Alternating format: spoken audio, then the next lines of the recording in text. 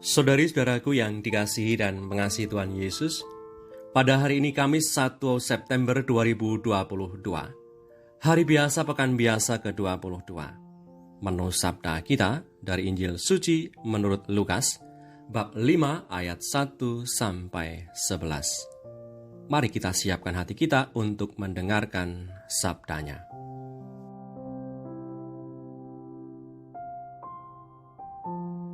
Pada suatu kali, Yesus berdiri di pantai Danau Genesaret. Sedang orang banyak mengerumuni dia hendak mendengarkan firman Allah.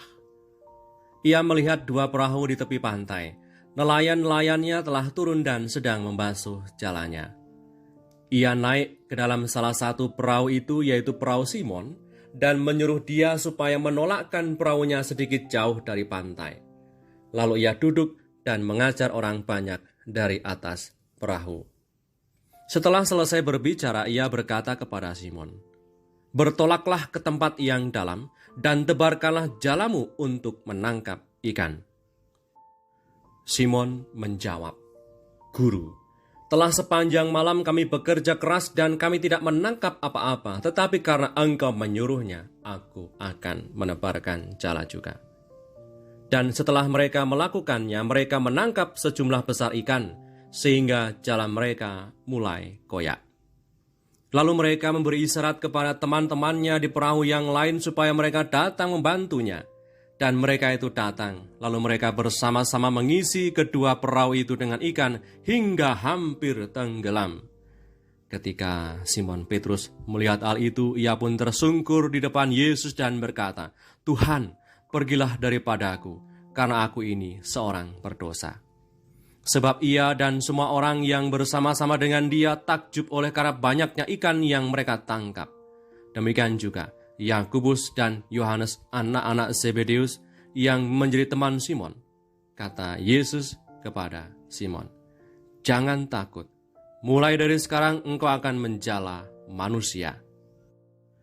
Dan sesudah mereka menghela perahu-perahunya ke darat, mereka pun meninggalkan segala sesuatu lalu mengikut Yesus. Demikianlah sabda Tuhan, terpujilah Kristus.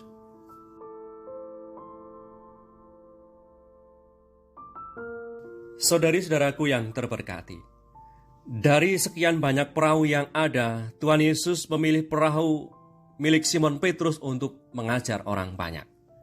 Di mana pada saat itu Simon Petrus sedang kecewa karena ia tidak menangkap apa-apa sepanjang malam ketika ia melaut.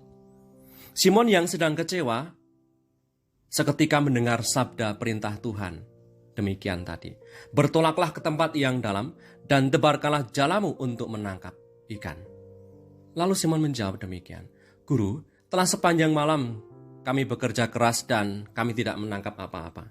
Tetapi karena Engkau menyuruhnya, aku akan menebarkan jala juga." Kendati pun sedang kecewa karena kegagalan, sebab sepanjang malam ia bekerja cari ikan, tidak menangkap satu ekor ikan pun, Simon Petrus tetap percaya. Bagi Simon Petrus, sabda Tuhan lebih berkuasa daripada pengalaman kegagalannya. Saudari-saudaraku yang terberkati, pengalaman dipulihkan oleh Tuhan dari kegagalan menjadi pengalaman berharga bagi Petrus untuk perjalanan hidupnya ke depan sebagai murid dan sebagai rasul Tuhan. Pengalaman kegagalannya kembali terulang saat ia menyangkal Tuhan sebanyak 3 kali.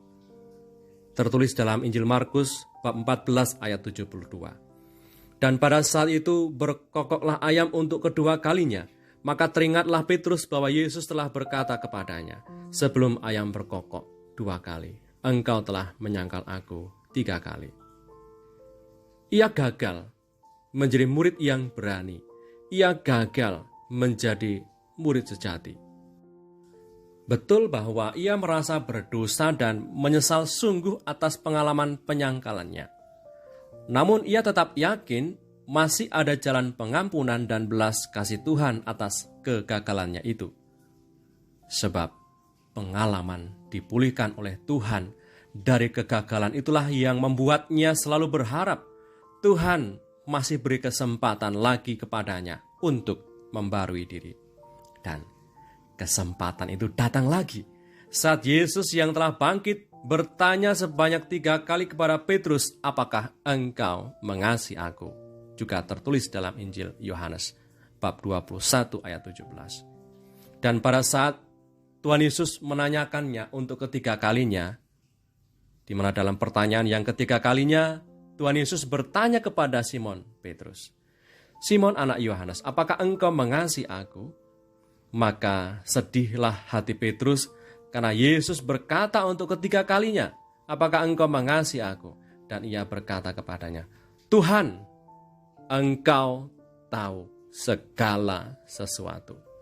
Engkau tahu bahwa aku mengasihi engkau. Dan Tuhan Yesus kembali mempercayakan tugas pengembalaan umatnya, yaitu gerejanya, kepada Petrus dan para pengganti Petrus hingga sampai sekarang. Saudari-saudaraku yang terberkati, saat kita gagal, masih adakah kita punya harapan? Simon Petrus mengajak kita untuk jangan menyerah dan putus asa di saat mengalami kegagalan. Tetaplah teguh dalam iman, masih ada harapan dan jalan.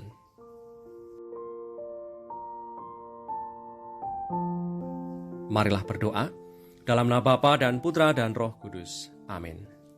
Allah Bapa Maha Kasih, kasih setiamu selalu nyata dan selalu baru untuk kami. Kami mohon rahmat-Mu agar sepanjang hari ini kami dapat melakukan hal baik yang berguna bagi pertumbuhan iman kami dan sesama kami. Semoga hari ini pun kami punya sikap batin yang peka akan sapaan-Mu.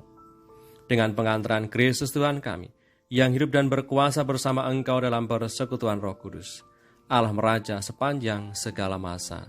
Amin. Berkatalah yang Maha Kuasa turun atas kita semua, Bapa dan Putra dan Roh Kudus. Amin.